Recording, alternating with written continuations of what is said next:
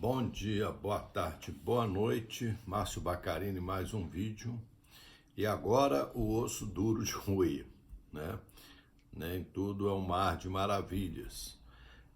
Esse vídeo agora nós vamos falar sobre a estrutura do código genético, ou seja, a estrutura do genótipo. Nós precisamos entender como se constrói o genótipo, nós precisamos entender como o genótipo se influencia na constituição do indivíduo. Então nós vamos voltar mais uma vez aqui para o nosso flipchart e vamos utilizar dele para colocar esses conceitos de uma forma bem clara, bem transparente e bem simples. Obviamente que quem quisesse se aprofundar em genética, vai ver que muitos conceitos aqui foram bastante simplificados e eles podem, inclusive, em um nível maior de entendimento, se tornarem assim até questionáveis. Mas a prática serve para a prática, para a nossa prática, né? Nós não estamos fazendo uma ciência, nós estamos utilizando de alguns conhecimentos para organizar a nossa criação. Então vamos aqui para o flipchart.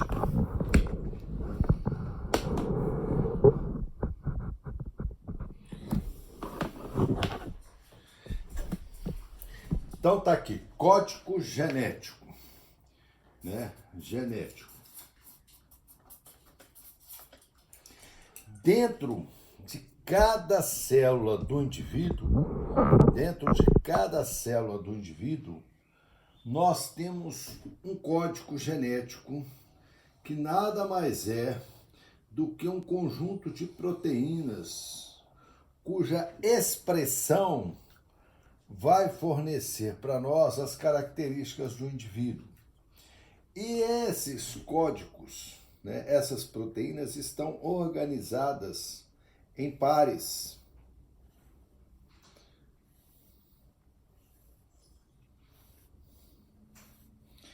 Organizados em pares,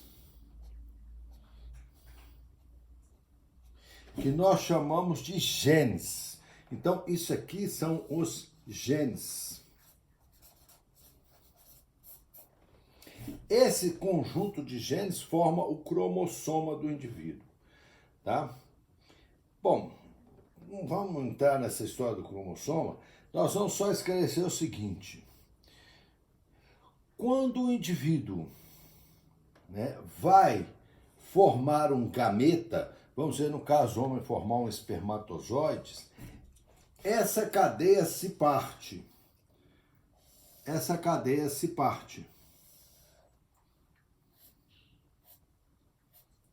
Em duas.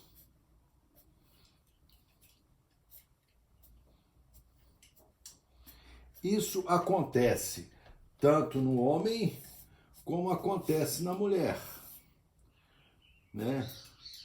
Tanto no galo quanto na galinha. E por que isso acontece? Porque a galinha vai acontecer a mesma coisa, né? Na galinha acontece a mesma coisa.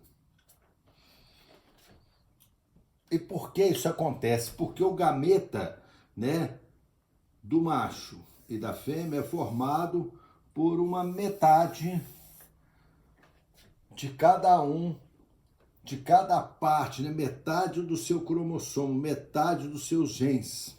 E agora, quando eles cruzam, essas metades se encontram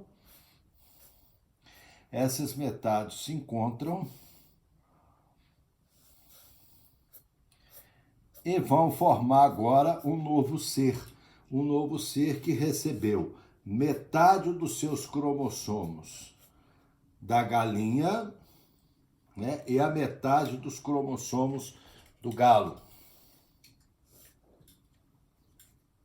Essa cadeia tem que casar, tá? Por isso, por exemplo, a gente vê muita gente inventando moda de cruzar, por exemplo, fazão com galinha. Acontece que o fazão não tem a mesma cadeia de cromossomos. Então, o que vai acontecer aqui? Não vai haver esse casamento e, portanto, esse cruzamento vai ser impossível. não seria, nós formaríamos uma cadeia em que os genes não se encontrariam. Portanto, esse cruzamento ficaria impossível. Tá? Então, assim, resumindo, né? Todo ser vivo tem uma cadeia de genes. Quando esse ser vivo vai produzir gametas, essa cadeia se abre e apenas a metade vai para o espermatozoide. A mesma coisa aqui na fêmea, só a metade vai para o óvulo. Quando o espermatozoide encontra o óvulo, essas metades se completam e formam um novo indivíduo.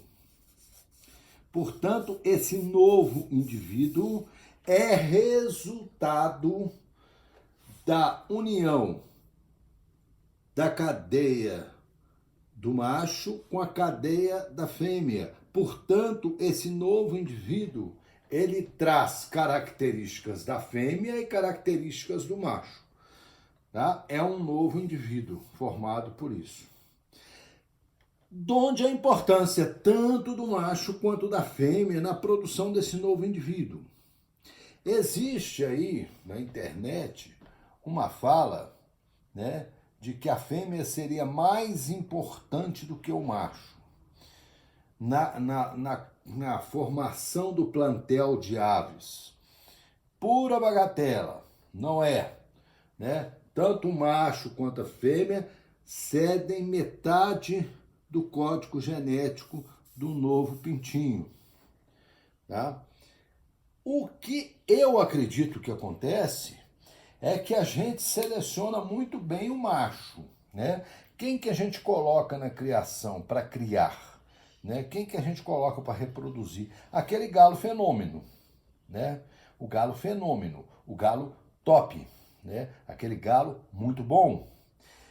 A fêmea, nós não classificamos ela bem. Então aqui já vai o primeiro segredinho que eu vou falar para vocês, que é de extrema importância. Classificar a fêmea, né? Classificar. Nós vamos ter que ter um método para classificar a fêmea. Né? Nós não vamos colocar a fêmea na espora para ver se dá espora, né? Mas, por exemplo, o estilo de briga, né? Se ela é rápida, se ela é boa de briga, se ela impõe, né? Se ela impõe. Porque isso vai estar no código genético dela. Às vezes nós temos uma galinha tão boa, que cruzando com vários machos ela dá uma série de bons frangos. Mas o ideal seria nós termos essa galinha que deu tanto frango bom com um galo bom. Aí nós estamos com a mina de ouro na mão. Tá? Aí nós estamos com a mina de ouro na mão. Então, a galinha é sim super importante, porque o galo nós já classificamos.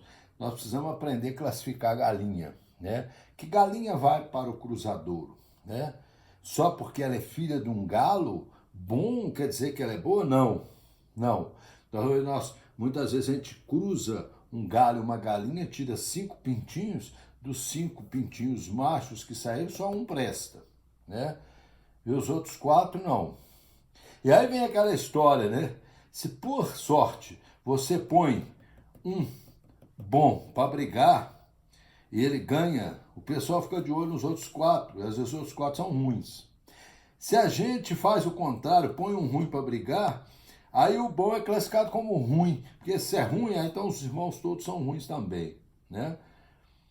Então a gente tem que ter um cuidado muito grande nessa classificação e saber, não esquecer disso. O pinto, o frango novo que nós estamos cruzando, que nós estamos criando, é consequência, resultado da junção do código genético da fêmea e o código genético do macho. Então esse é o novo indivíduo. Muito bem. Porém, a coisa não é tão simples assim, né? Não é tão simples assim.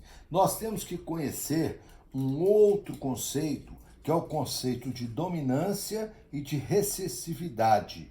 E esse conceito é extremamente importante para nós. Então vamos colocar aqui. O que é um gene dominante? O que é um gene dominante? Olha bem, eu disse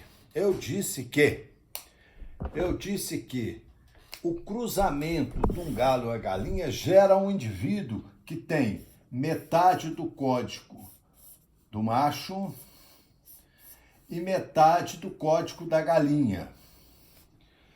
Tudo bem, os dois se juntam e formam um novo ser. Porém, olha bem, o indivíduo novo não é exatamente a soma dividido por 2 dos dois. Ou seja, não é realmente a soma deles. Existem características do macho que se sobrepõem à da fêmea e inverso também. Então, vamos dizer assim, o gene dominante é aquele que sobrepõe ao outro gene. Então, se um galo transfere o gene, vamos dizer, de cor negra, e a galinha é branca, e todos os filhos saem pretos, negros, significa que o gene da cor do macho é dominante em relação da fêmea. Isso quer dizer que esse gene supera o outro na sua expressão fenótipica. Ou seja, na hora de gerar o ser, na hora de gerar o novo frango, o gene da cor negra supera o da cor branca. Então, todos os frangos serão pretos. O gene dominante, ele domina o que a gente chama de gene recessivo. Então, o gene recessivo é aquele que foi dominado pelo outro, tá? Nós vamos ver isso aí, isso é importante, né?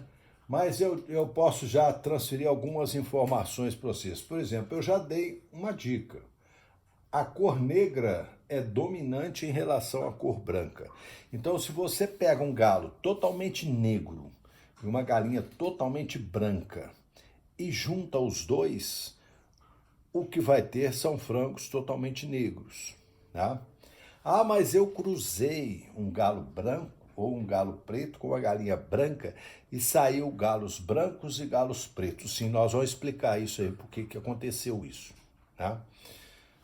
Então, mas a princípio isso aqui, né?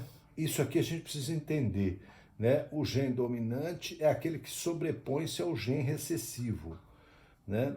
E nós temos várias características em que a expressão do gene é superior à do outro, tá?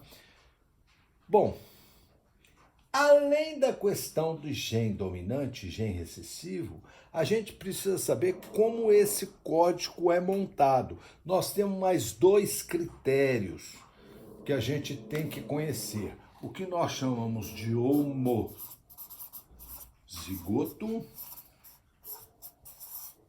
e o que nós chamamos de heterozigoto. E isso aqui é muito importante, tá? Olha bem, o que eu quero dizer que um indivíduo é homozigoto? Então, a gente fala assim, homozigoto para determinado tipo de expressão genética. Por exemplo, homozigoto para a cor. Então, vamos dizer assim, o galo preto, homozigoto, ele tem 2 genes pretos. O galo preto heterozigoto, ele tem um gene preto e um gene branco, só que como o preto é dominante, a cor dele é preta, mas ele tem o gene branco, tá? Por que isso?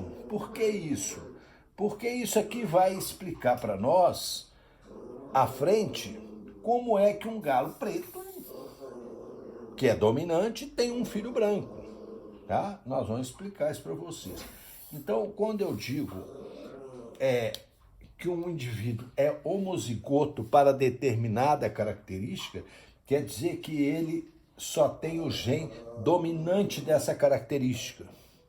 Se eu digo que ele é heterozigoto, eu quero dizer que ele tem um gene dominante, mas ele tem um gene recessivo que está aqui no juntinho guardadinho.